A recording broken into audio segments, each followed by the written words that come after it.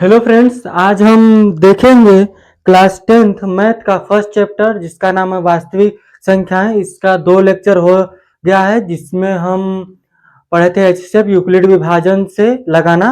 आज हम अगला एक्सरसाइज के लिए उदाहरण देखेंगे। उदाहरण 5वां, उदाहरण चौथा तक हो गया था और अगला उदाहरण आज 5वां देखेंगे। तो देख लेते हैं अगला उदाहरण क्या है।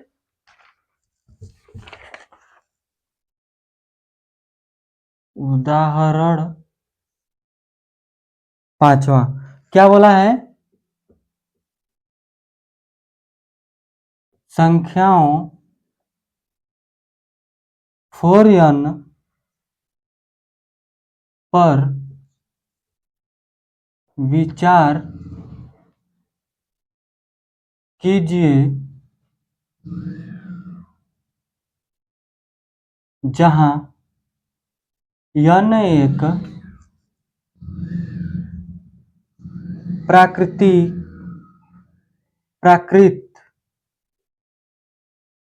संख्या है। जांच कीजिए कि क्या n का कोई ऐसा मान है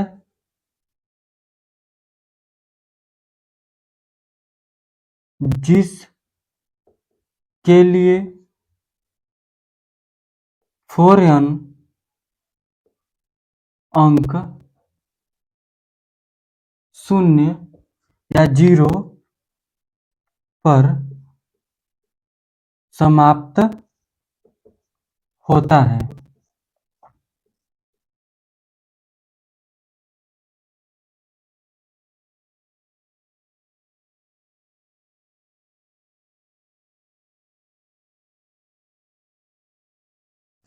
इस उदाहरण को हम देख लेते हैं। ये बोला क्या है इसमें?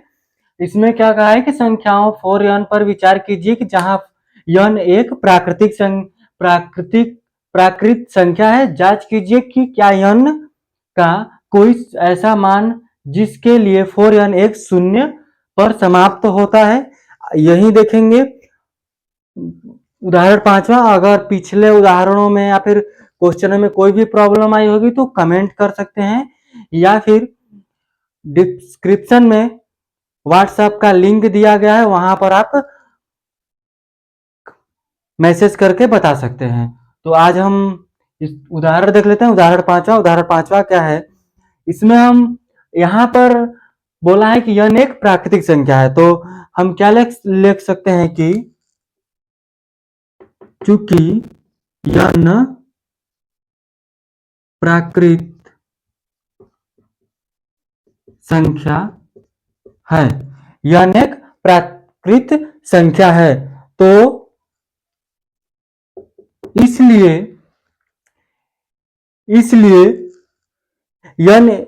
यन को क्या लेंगे? यन को कहां से कहां तक? यन इक्वल 1 2 3 4 5 6 ऐसे बहुत सारे नंबर ले सकते हैं क्योंकि यन एक प्राकृत संख्या है। तो यहां पर हम लेंगे 4n पर ही पूछा है कि अंक शून्य प्राप्त हो जाता है, तो पहले 4 पर 1 रखेंगे, लिखेंगे n इक्वल 1 पर, तो क्या होगा 4 इसके पावर 1, इसका आंसर तो 4 आएगा। फिर उसके बाद अगर n बराबर 2 पर लेते हैं तो 4 के पावर 2 होगा। 4 के पावर 2 होगा तो इसका 8 आएगा। फिर उसके बाद अगर हम n इक्वल 3 लेते हैं तो n इक्वल 3 पर तो क्या हो जाएगा? 4 के पावर 3 हो जाएगा। 4q का मान क्या आता है? 4q का नहीं, ऐसे नहीं समझ में आ रहा है तो 4 मल्टीप्लाई 4 कर लेते हैं। फिर इन सब का मल्टीप्लाई करेंगे तो इन सब का मल्टीप्लाई करेंगे तो 64 आएगा। फिर उसके बाद n के n बराबर 4 ले लेते हैं। n इक्वल 4 पर देख लेते हैं कि 4 का मान 0 आता है कि नहीं। तो यहां भी अगर 4 के पावर 4 करते हैं तो ये कभी भी 0 नहीं आएगा, ये बढ़ते ही जाएगा। तो हम यहां पर लिख सकते हैं कि इसका भी हम आंसर लिख लेते हैं। इसका आंसर क्या लिखेंगे, मल्टीप्लाई कर लेते हैं। 4 4 जा 16 और 16 4 जा 64, 64 का मल्टीप्लाई करेंगे 4 में तो आ जाएगा 6 और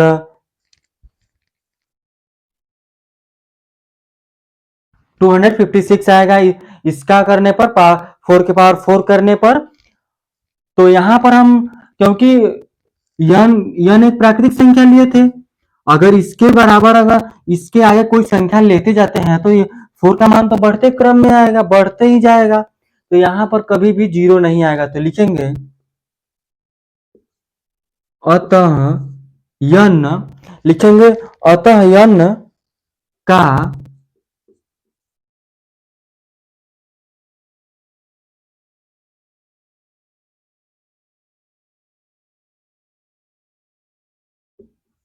मान नहीं है, लिखेंगे यन का कोई ऐसा मान नहीं है जिसके लिए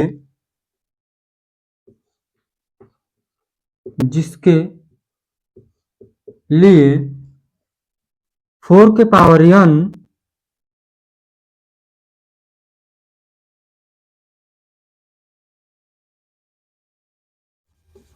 सके। ये हमारा आंसर होगा। इसी तरह से ये उदाहरण 5वां लगेगा। अगला उदाहरण भी देख लेते हैं। अगला उदाहरण क्या है, 6वां क्या बोला है, संख्याओं 6 और 20 के अभाज्य गुणनखंड विधि से एचसीएफ और एलसीएम ज्ञात कीजिए। तो यहाँ पर हम इसका 6 को अलग से गुणनखंड कर लेते हैं, 20 को अलग से कर लेते हैं, फिर उस तरह से हम इसको सॉल्व कर लेते हैं। 6 को काटेंगे, 6 को इस तरह से कर लेते हैं, 2 3 जा और 3 1 जा।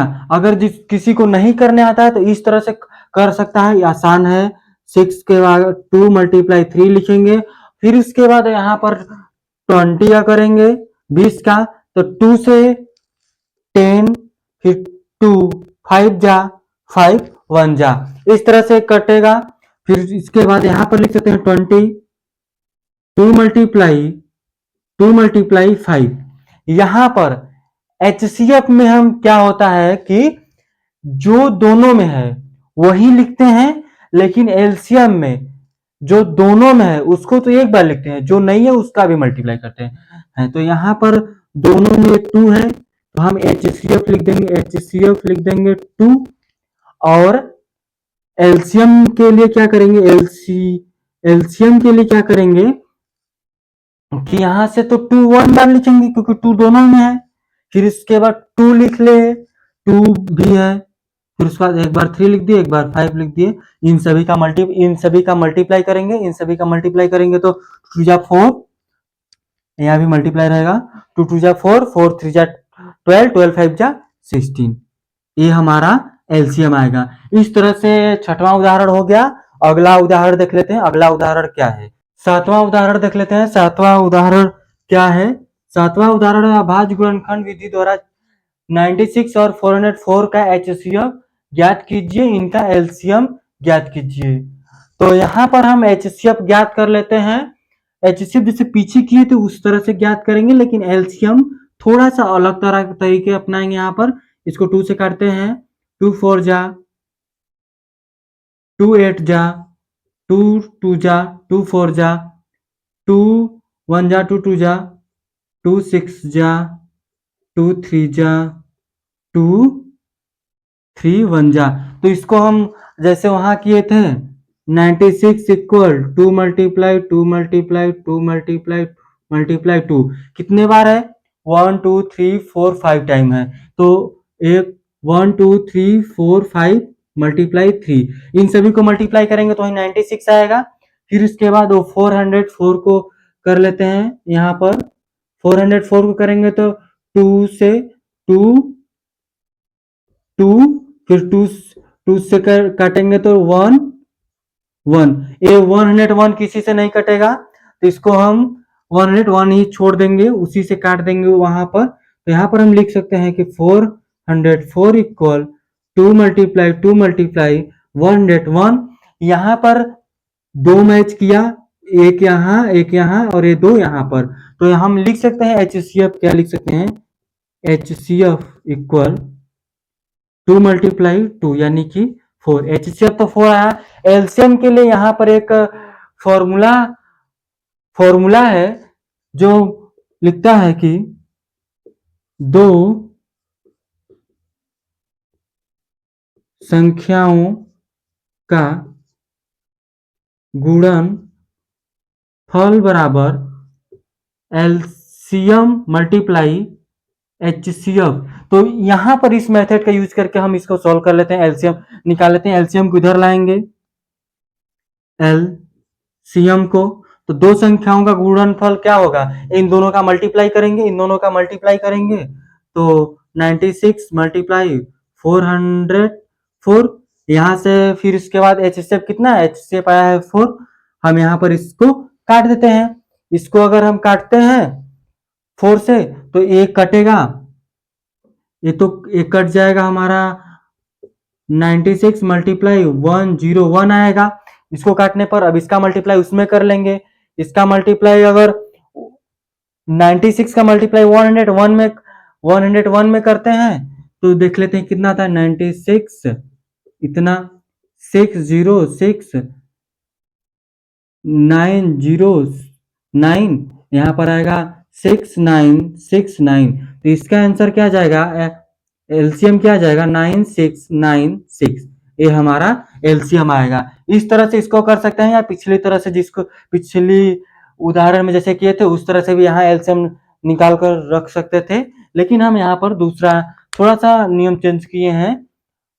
तो ये 7वां उदाहरण था, और अगला उदाहरण भी देख लेते हैं। अगला उदाहरण 8वां उदाहरण देख लेते हैं। 8वां उदाहरण क्या बोला है कि संख्या 6 और 72 और 120 का अभाज्य गुणनखंड विधि द्वारा HCF और LCM ज्ञात कीजिए। तो यहाँ भी पिछले की तरह कर सकते हैं। तो 6 का करेंगे, 6 का करेंगे तो 2 मल्टीप्लाई 3 आएगा। अगर 72 का करते हैं तो 72 के लिए अगर नहीं आता है तो इस तरह से निकाल सकते हैं। 72 2 से यहाँ पर 2 से करते हैं इसको, 2 3 जा 2 6 जा, फिर 2 1 जा 2 8 जा, फिर 2 9 जा, फिर 3 3 जा, यहाँ 3 1 जा। तो इसको क्या लिख सकते हैं, 2 मल्टीप्लाई 2 मल्टीप्लाई 2 मल्टीप्लाई 3 मल्टीप्लाई 3, इसको इस तरह से लिख लिए। और फिर इसके बाद 120 को कैसे कर लेंगे, 120 को भी इसी तरह से करते हैं। 2 6 जा 2 3 जा, यहाँ 15, फिर इसको 3 से काटते 3 5 जा, फिर 5 1 जा। तो इसको भी कर लिख लेते हैं यहाँ पर 120, 2 मल्टीप्लाई 2 मल्टीप्लाई 2 मल्टीप्लाई 3 मल्टीप्लाई 5। यहाँ भी उसी तरह से करते हैं कि जो भी HCF में क्या करते हैं, HCF में, हाँ HCF में जो तीनों में रहेगा उन सभी का मल्टीप्लाई करेंगे, और जो नहीं रहेगा उसका नहीं करेंगे। तो यहाँ पर देखिए 2 है, यहाँ भी 2 है, यहाँ भी 2 है, तो 2 आ गया। यहाँ 3 है, इसमें भी 3 है, इसमें भी 3 है, तो यहाँ 3 कर लिए, और इन दोनों का मल्टीप्लाई कर देंगे तो यहाँ पर 6 HCF आ जाएगा। और एलसीएम के लिए क्या करेंगे, एलसीएम के लिए क्या करेंगे, जो सब में है उसको तो एक बार लिखेंगे, और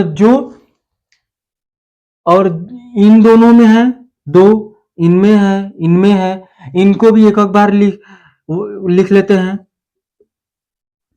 और इसमें 3 है, एक टाइम 3 लिखेंगे, और लास्ट में 5 कर लेते हैं।